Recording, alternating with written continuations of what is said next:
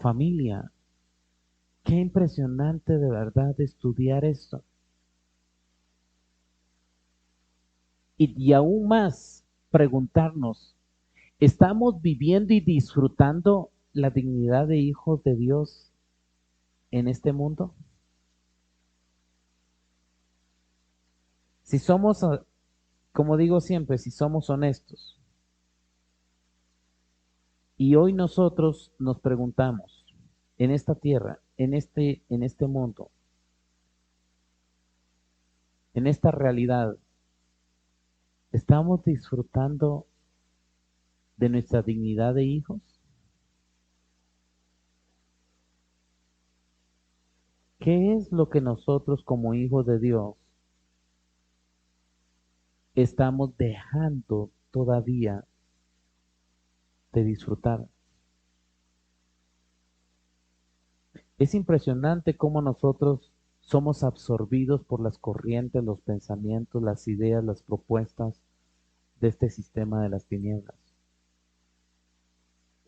A Pablo, por ejemplo, le asombró una de las cosas que le dijo a los Gálatas es, me temo haber trabajado en vano con ustedes, porque la obra de la cruz a Cristo les fue presentado a ustedes perfectamente, completo, su obra completa, a este crucificado. Y retomo una vez más esta expresión. ¿Cómo es posible? ¿Quién los hechizó? ¿A ustedes quién los fascinó?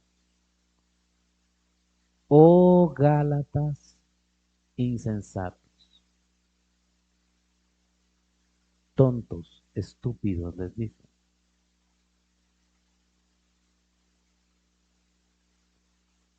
Al meditar en esto, hemos de lamentar que así como no lo entendieron los fariseos, mucho menos los romanos, los soldados que lo crucificaron, así hoy muchos no han conocido y no han entendido que son hijos de Dios. Volvemos al ciclo este, ¿no? De las fiestas cíclicas que se dan en nuestro mundo, celebrando la cuaresma, celebrando la historia, celebrando al Jesús de Nazaret, y le llaman las fiestas cristianas. Ahora, el evangélico tradicional, no es en lo absoluto más entendido, en realidad no ha comprendido la magnitud de lo que significa ser hijos de Dios. Y nosotros podríamos hoy mismo haber avanzado muchísimo más en la vida, en la asignación, en el resolver los problemas internos, en mantener las emociones bajo el gobierno del espíritu, en dedicarnos con mayor intención a la asignación que hemos recibido de parte de Dios. Si comprendiéramos, una vez más, con mayor exactitud y dignidad, todo lo que implica ser hijos de Dios. Podemos ver, de hecho creo que es lo más normal, ver a un Dios inalcanzable, lejano. De hecho algunos dicen, no, no, a Dios no se le toca y menos se le toca con las manos sucias. ¿Sí? Otros dicen, no, a Dios ni se le nombra. Uy, no, qué pecado. Es impronunciable su nombre.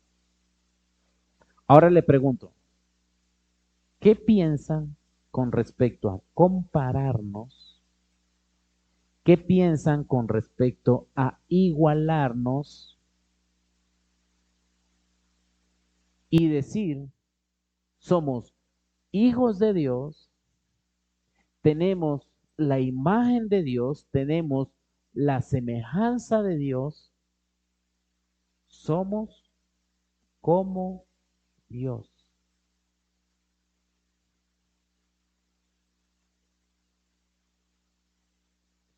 Lo más seguro, pienso, no sé si esté equivocado, es que puedan pensar, este ya se chanfleó. Dejó tirado algunas tuercas por allí, ni cuenta se dio, se le cruzaron los cables, se le fundieron por allí, porque está bien decir que somos hijos de Dios, al final todos somos hijos de Dios, está bien, hasta allí se lo acepto, se lo recibo. Pero la mayoría de creyentes no han conocido ni han comprendido que así como Cristo está en el Padre, como el Padre está en el Hijo, así la iglesia está en el Hijo y está en el Padre, porque Él nos hizo ser uno con Él. Yo me atrevería a decir que aún muchísimos predicadores, pastores, nos escucharían y dirían, estos blasfemos de la Betaña están predicando doctrinas raras. Pero amados, no somos ilusos de ninguna manera creyendo, como decía mi esposa, que somos Dios. No, no estamos hablando de que somos Cristo, que somos Dios. Eso justamente sería blasfemo. Ahora ciertamente, déjeme advertirle que sí hay corrientes teológicas que dicen eso. Y hay y hay pensamientos e ideologías que dicen Dios está impartido en toda su naturaleza. A ese nivel se le llama panteísmo, cuando la gente dice Dios está en todo lugar, Dios está en el árbol es Dios. Dios está en todo, está en el perro es Dios. Eso se llama panteísmo, donde la creación misma es Dios. O sea, no es muy alejada esto, y de hecho es más común de lo que pensamos cuando la gente dice la madre naturaleza. ¿Me explico? Entonces, ¿qué dicen? La madre tierra. Así eran las antiguas culturas prehispánicas en en estas Indias americanas, como se les bautizó a estas tierras, a este continente, ¿verdad? Entonces ellos adoraban al sol, adoraban a la luna, adoraban los elementos de la tierra, porque para ellos allí estaba la vida de Dios. Entonces, para que quedemos claro, no estamos diciendo ni nos atreveríamos a decir que nosotros somos Dios y tampoco decir que podemos alcanzar a través de nuestras capacidades, fuerzas y medios el igualarnos a Dios. No, nuestras labores, nuestra fuerza, no nos hace a nosotros nunca alcanzar un estatus de ser engendrados por nuestra voluntad como hijos de Dios. Yo no pedí, yo no busqué y yo no alcancé el merecimiento de ser engendrado como hijo de Dios. ¿Se entiende esta parte? Entonces, fuimos engendrados, como dice Juan capítulo 1, no por voluntad de varón, no por voluntad de carne, ni por voluntad de sangre, sino fuimos engendrados por Dios. Entonces, ¿qué hizo el Señor? Nos hizo renacer en el Espíritu por el depósito de su vida, por la realidad de su Espíritu, nos hizo renacer a una novedad de vida y esa novedad de vida nos hace a nosotros ser genuinamente hijos de Dios. Ahora, Y para terminar, porque el tiempo tremendo avanza y no lo detiene uno, ¿verdad? No sé si el tiempo avanza o solo mi reloj es el que anda igualado aquí conmigo, ¿verdad? Entonces, ¿cuándo tal vez empieza a nosotros no ser tan difícil aceptarlo y entenderlo? Cuando llegamos al entendimiento que Dios nos diseñó, cuando llegamos a entender que Dios nos pensó, cuando llegamos a entender que somos hechura suya, cuando llegamos a comprender la magnitud de lo que significa que Él nos creó, pero también nos formó a la imagen y a la semejanza suya. Estamos tratando de exaltarnos a nosotros mismos, estamos tratando de exaltarlo a usted y decir, hermano, véase con mayor dignidad, sonríase al espejo, ¿verdad? Ve a Dios, lo exaltó a usted como Dios. No, es más, una vez más, esto no podemos llegar a comprenderlo desde la mente natural, desde el viejo hombre al cual Dios dice a la cruz, a la muerte. El viejo hombre a la muerte. Pero amados, si no reconocemos nuestro origen, si no reconocemos nuestro destino, y nos vamos a quedar completamente cortos en la vida, buscando identidad, buscando cosas que nos hagan sentir vivos, buscando cosas que nos dé valor, ¿qué le puede agregar valor a mi vida? Una relación matrimonial, los hijos, los padres, la congregación, el conocimiento, los éxitos, los títulos, ¿nos agregan valor? Mm, Y eso es lo que busca la mayoría de personas. de hecho, Se afana. ya no solamente cosas materiales, yo creo que diría, al hablar de cosas materiales, a lo mejor nosotros diríamos, no, no, yo no voy detrás de cosas materiales, no, de verdad que ya mi corazón no está tras las cosas monetarias, las cosas materiales, pero si nos ponemos a pensar, ¿qué es lo que nos inspira cada día? ¿Cuáles son nuestras metas, objetivos? ¿Por qué queremos nosotros vivir? Tal vez no es algo material o económico, pero muchos de alguna manera hablar de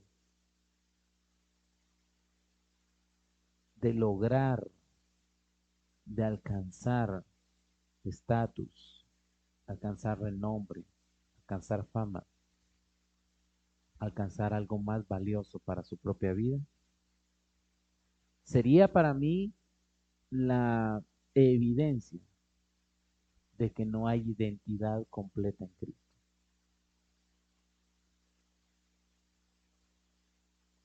¿Por qué?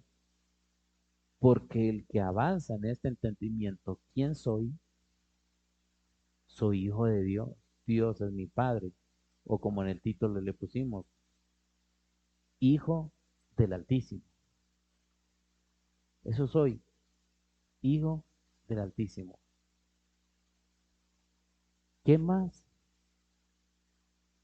grado de honra y qué mayor dignidad? Lo voy a preguntar de esta manera. ¿Qué le puede agregar valor a mi vida? Voy a cerrar con este pasaje de Primera de Juan, capítulo número 4. Creo que quizás muchas personas pudieran sentirse tan orgullosos de decir, soy parte de la realeza británica, ¿verdad? Soy parte de la familia de tal o cual presidente de alguna nación, pero mucho mayor es el honor que tenemos los hijos de Dios y que muchas veces no lo vemos así, sino que nos vemos comunes y corrientes y no nos vemos con la dignidad que en realidad tenemos. Mm. Leo dos versículos para terminar. Primera de Juan 4, 16 y 17. Primera de Juan 4, 16 dice en NBI, y nosotros hemos llegado a saber y creer que Dios nos ama. Dios es amor, el que permanece en amor, permanece en Dios y Dios en él. El que permanece en amor,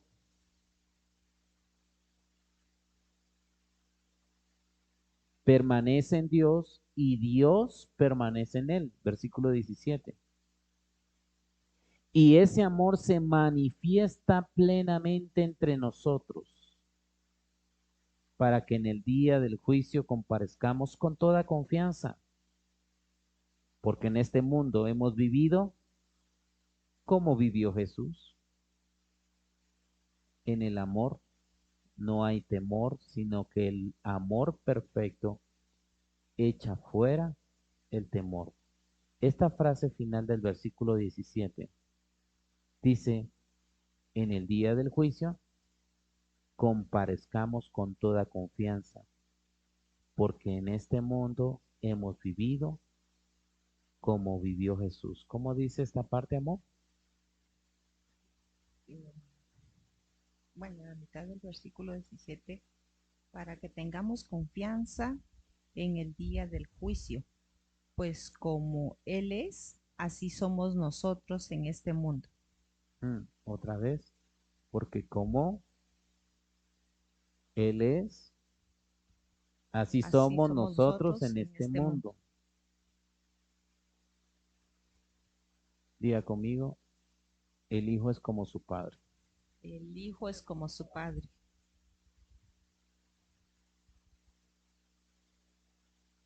¿Qué nos pudiera a nosotros dar vergüenza cuando Pablo decía, no me avergüenzo de este evangelio?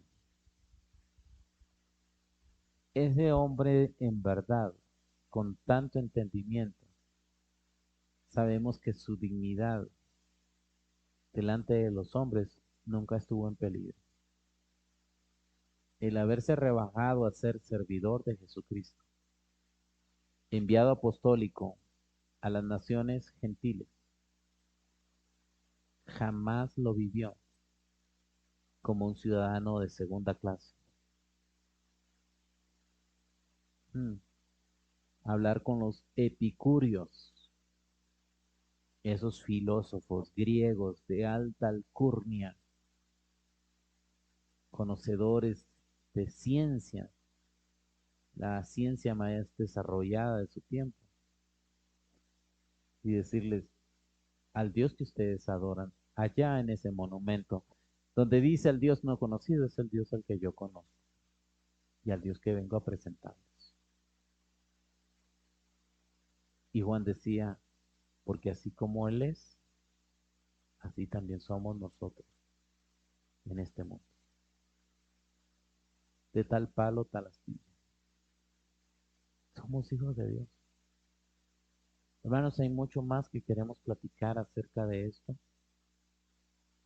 Tal vez lo retomamos la próxima semana y vamos a ver cuál es el problema técnico que podemos estar teniendo y poder dejar algo allí también en el corazón de aquellos que por alguna razón no pueden estar o nos ven desde lejos. Pero quiero pedirles que agradezcamos a Dios en una palabra de oración. Padre, te doy gracias porque la palabra quita nuestros velos, nos saca de la ignorancia, nos liberta de todo yugo. Tu palabra nos eleva a una comprensión mejor de este glorioso evangelio. Gracias, porque lo que tú crees de nosotros es nuestra única verdad y es lo único que nos define. Lo que tú hablas de nosotros es lo único que ha de permanecer por encima de nuestras opiniones y las opiniones de los demás, por encima de todo pensamiento humanista o de cualquier otra cosa que quiera negar tu realidad en nosotros. Como hijos de Dios, damos gracias, te honramos y te celebramos a ti, único Dios verdadero. Amén.